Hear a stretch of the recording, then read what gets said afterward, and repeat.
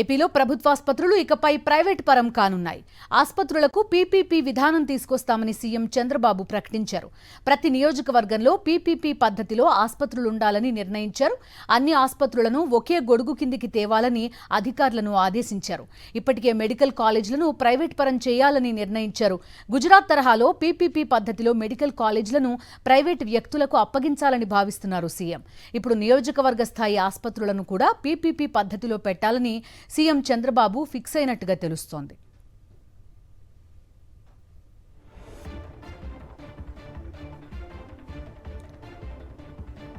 పూర్తి డీటెయిల్స్ అందిస్తారు మా కరెస్పాండెంట్ సతీష్. చెప్పండి, కొంత గవర్నమెంట్ దగ్గర ఈ విద్య వైద్యం అనేవి కనుక్కుంటే సేవా దృక్పథంతో వెళ్తుందనే ఉద్దేశంతో ప్రభుత్వం రంగంలో ఉండాలనుకుంటారు. దాన్ని కూడా ప్రైవేట్ పరం చేయడంలో ఎలాంటి ఉద్దేశాలు ఉంటాయి? ఇందులో నిజంగా అనుకున్న స్థాయిలో పేదవాడికి వైద్యం రీచ్ అవుతుందా అనేది ప్రశ్న.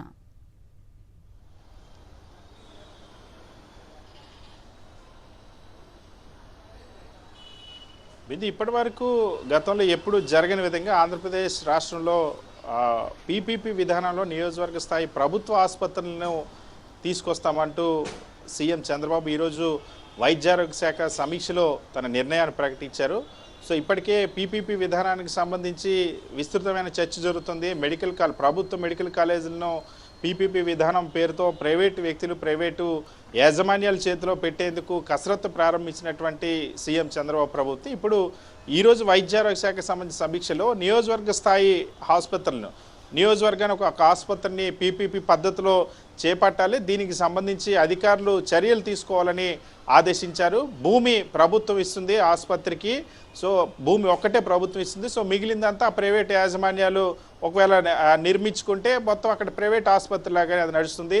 సో నియోజకవర్గ స్థాయి అంటే గ్రామీణ ప్రాంతాల్లో నియోజకవర్గ స్థాయి ఆసుపత్రులకి అత్యంత పేదలు ఎక్కువ మంది ఆసుపత్రికి వెళ్తారు. అటువంటి ఆసుపత్రులు పీపీపీ మోడల్లో చేపట్టేటువంటి అవకాశం ఉంటుంది. అయితే దీనికి సంబంధించి ఇంకా విధి విధానాలు ఖరారు కావాల్సిన అవసరం ఉంది.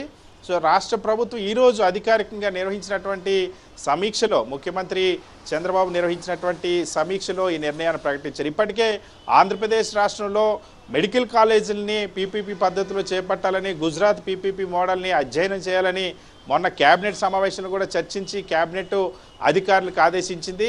గుజరాత్ పీపీపీ మోడల్ అంటే పూర్తిగా ప్రైవేట్ వ్యక్తుల చేతుల్లోకి వెళ్ళడం, ప్రైవేట్ యాజమాన్యాల చేతుల్లోకి ప్రభుత్వ మెడికల్ కళాశాలను అప్పగించి వాటి ద్వారా నిర్వహించడం అనేది. సో ఇది ప్రభుత్వం వైద్య రంగం నుండి క్రమంగా తప్పుకునేటువంటి ప్రయత్నం జరుగుతుందన్న విమర్శలు అయితే వెలువెత్తున్నాయి. ఇప్పుడు మొన్న మెడికల్ కాలేజీలో ఇప్పుడు నియోజకవర్గ స్థాయి ఆసుపత్రులు కూడా అదేవిధంగా చేస్తాం. అయితే ఇది ఇంకా ఆల్రెడీ ఉన్నటువంటి ఆసుపత్రులకి ఇది వర్తిస్తుందా, లేదా కొత్తగా ఒకవేళ ఆసుపత్రులు తీసుకొచ్చినప్పుడు వాటికి మాత్రమే ప్రభుత్వం భూమి ఇచ్చి ప్రైవేట్ యాజమాన్యాల హాస్పిటల్ పెట్టమని చెప్తుందా? దీనికి సంబంధించి ఇంకా స్పష్టత రావాల్సిన అవసరం ఉంది. ఇప్పటి వరకు ఆంధ్రప్రదేశ్ రాష్ట్రంలో ఇప్పటి వరకు స్వాతంత్రం వచ్చిన తర్వాత ఇప్పటి వరకు కూడా ప్రభుత్వ ఆసుపత్రుల్లో ఎక్కడ కూడా పీపీపీ అన్న విధానం అన్నది లేదు.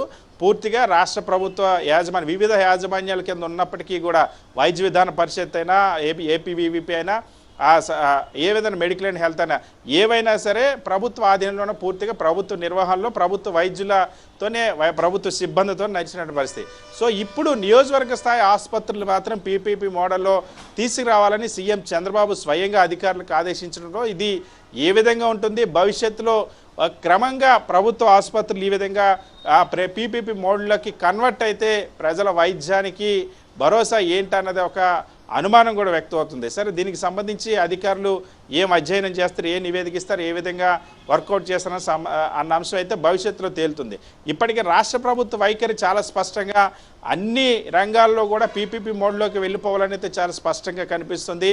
మెడికల్ కాలేజీలే కాదు, సాక్షాత్తు స్టేట్ హైవేస్ కూడా ఇప్పటివరకు నేషనల్ హైవేస్లో మాత్రమే టోల్ గేట్స్ ఉన్నటువంటి పరిస్థితి పీపీపీ మోడ్ ఉంది. కానీ ఇప్పుడు రాష్ట్ర హైవేస్ అన్నీ కూడా సుమారుగా 12,000 కిలోమీటర్ల స్టేట్ హైవేస్ అన్నింటినీ కూడా ప్రైవేట్ వ్యక్తుల చేతుల్లో పెట్టి అక్కడ కూడా వాటిని నిర్మించి వాళ్ళు ప్రజల నుండి టోల్ ఫీజులు వసూలు చేసేటువంటి విధానానికి ఇప్పటికే శ్రీకారం చుట్టినట్టు పరిస్థితుంది. సో అన్న క్యాంటీన్లకు సంబంధించి కూడా విరాళాల ద్వారా నిర్వహించాలని ఇప్పటికే నిర్ణయించినటువంటి పరిస్థితి. అమరావతిలో సీడ్ యాక్సిస్ రోడ్ దగ్గర నుండి అమరావతి మౌలిక రోడ్లన్నీ కూడా ప్రైవేట్ కంపెనీలకు అప్పగించి వాళ్ళ ద్వారా నిర్మించి అక్కడ కూడా పీపీపీ విధానం తీసుకురావాలని నిర్ణయించారు. ఇప్పుడు ప్రభుత్వ ఆసుపత్రుల వరకు కూడా ఇది వచ్చింది.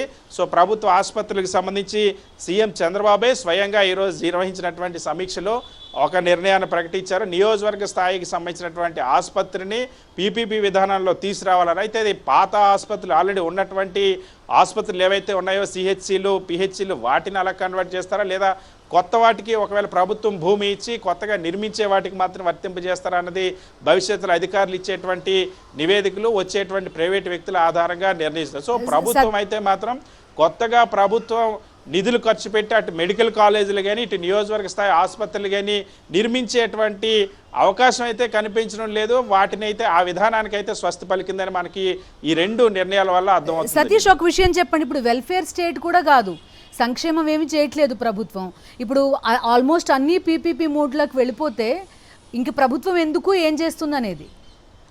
సో అదే దీనికి సంబంధించే సంపద సృష్టిస్తామని చెప్పి గతంలో ఎన్నికల ముందు ఆ చంద్రబాబు ప్రకటన చేశారు. సో సంపద సృష్టించేటువంటి మార్గం ప్రైవేటీకరణ లేకపోతే పీపీపీ మోడలా అన్నది ప్రజలకైతే ఇంకా అర్థం కానటువంటి ఆ పరిస్థితి. దీనిపైన సీఎం చంద్రబాబు దీనికి సంబంధించి ఒక స్పష్టత అయితే ఇవ్వనటువంటి పరిస్థితి ఉంది. సో ప్రభుత్వం ఇప్పటికే ఆ పథకాల అమలుకు సంబంధించి అప్పులు ఉన్నాయని చెప్తుంది. మరొక వైపు ప్రతి మంగళవారం కూడా రిజర్వ్ బ్యాంక్ దగ్గరికి వెళ్ళి సెక్యూరిటీస్ వేలం వేసి అప్పులు తీసుకొస్తూ ఉంది. ఇంకొక వైపు ఆదాయం పెంచుకునేందుకు రిజిస్ట్రేషన్ ఛార్జీలు పెంచాలని ఇప్పటికే నిర్ణయించింది. చెత్త పన్ను గతంలో రద్దు చేస్తామని చెప్పి ఇప్పటికీ కూడా రద్దు చేయనటువంటి పరిస్థితి. సో ఇటువంటి నిర్ణయాలన్నీ కూడా గతంలో చెప్పిన దానికి ఇప్పుడు జరుగుతున్న దానికి కొంత వైరుధ్యం అనేది చాలా స్పష్టంగా కనిపిస్తోంది.